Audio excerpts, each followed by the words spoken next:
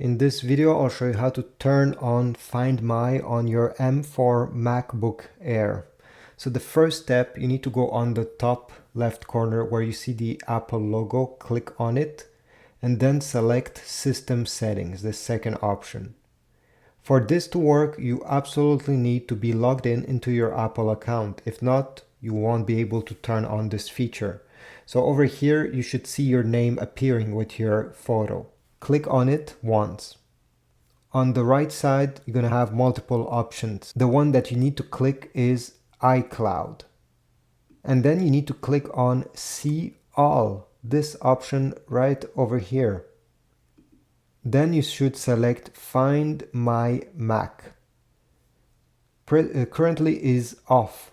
So click on it and then select Turn On and then select Allow.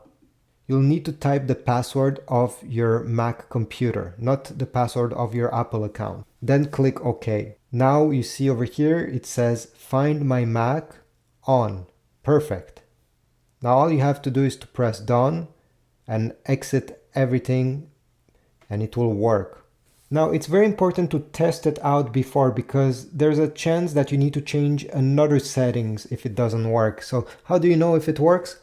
Go on the top right corner, click on the magnifying glass and type Find My and launch the Find My app. Once you launch it and you select devices, it should be right over here, you should see your computer, your MacBook over here. Click on it and you should see it on the map right there.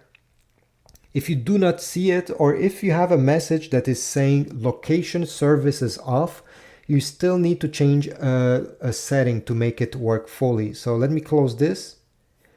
Open System Settings.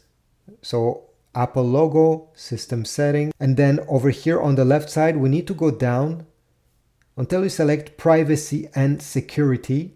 And then on the top here on the left side, you should see Location Services. It's turned off currently. Click on it.